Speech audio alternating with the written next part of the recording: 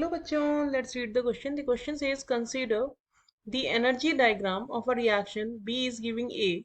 On the basis of the given diagram, select the correct code for matching column 1 and column 2. Here the energy diagram is given where on y-axis energy is taken and on x-axis progress of reaction. Product is A and reactant is B, and the highest part of this energy profile diagram is marked with X. In column 1, A is given as X minus A, B is given as X minus B, C is given as A minus B, and D is given as X. And in column 2, P is given as enthalpy of reaction, Q is given as energy of transition state, R is given as activation energy of forward reaction, and S is given as activation energy of backward reaction. In option A, B, C, D are matched with S, R, Q, and P. In option B, A, B, C, D matched with Q, R, P, and S. And in option C, A, B, C, D are matched with R, S, P, and Q. And in option D, these are matched with S, R, P, and Q. So let us check the key concept of the question before undergoing towards the solution. तो enthalpy of reaction क्या होती है? Enthalpy of reaction जो होती है वो होती है difference of energy between product and reactant.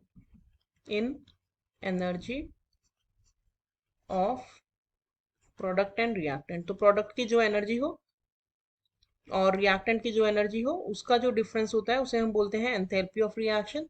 And activation energy क्या होती है? एक्टिवेशन एनर्जी होती है the amount of energy that is required for a reaction to complete.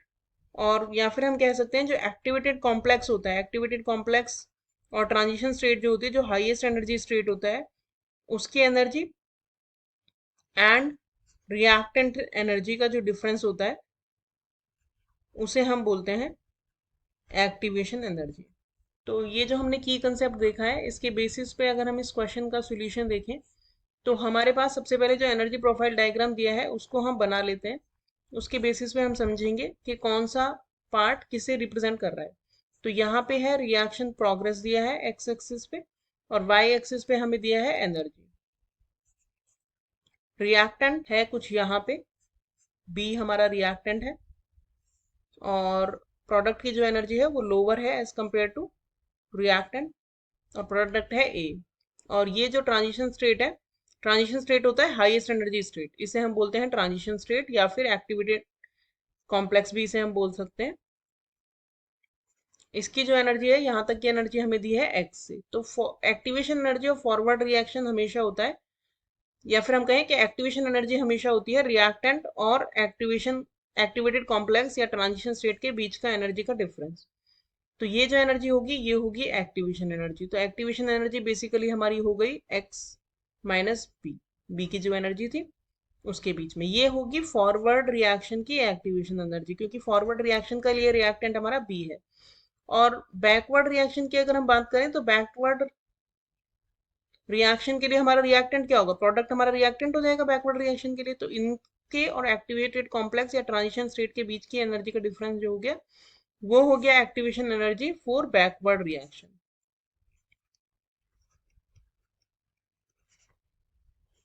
तो बैकवर्ड रिएक्शन के लिए एक्टिवेशन एनर्जी हो गई ट्रांजिशन स्टेट की एनर्जी माइनस इसके लिए रिएक्टेंट यानी ए की एनर्जी. तो ये हो गया एक्स माइनस ए. और हमसे पूछा है enthalpy of reaction. Enthalpy of reaction जो होता है वो होता है प्रोडक्ट और रिएक्टेंट के बीच की एनर्जी का डिफरेंस. ये होता है डेल्टा एच या एंथैल्पी. तो ये हो गए प्रोडक्ट की एनर्जी माइनस रिएक्टेंट की एनर्जी, यानी तो ये हो जाएगी ए माइनस बी. और एक्टिवेटेड कॉम्प्लेक्स या ट्रांजिशन स्टेट की जो एनर्जी है वो हो जाएगी यहाँ तक की एनर्जी, बेस से लेके यहाँ तक की. तो इसे हम रिप्रेजेंट कर सकते हैं एक्स से. तो इन सब चीजों को ध्यान में रखते हुए अगर हम मिलाएं तो x माइनस ए मिलेगा activation energy of backward reaction. A is matching with S. B में हमें दिया है x माइनस बी, तो B हमारा मैच हो जाएगा R के साथ activation energy of forward reaction. A minus B हमें दिया है C में, तो C हो जाएगा हमारा enthalpy of reaction matching with P, तो C के साथ P हो गया. और D में हमें दिया है X, तो D हमारा मैच करेगा Q के साथ यानी एनर्जी ऑफ ट्रांजिशन स्टेट. तो ABCD मैच हो गए SRPQ से. SRPQ दिया है हमें ऑप्शन डी में, तो हमारा करेक्ट आंसर हो गया option D. Hope you understood the solution well. Thank you.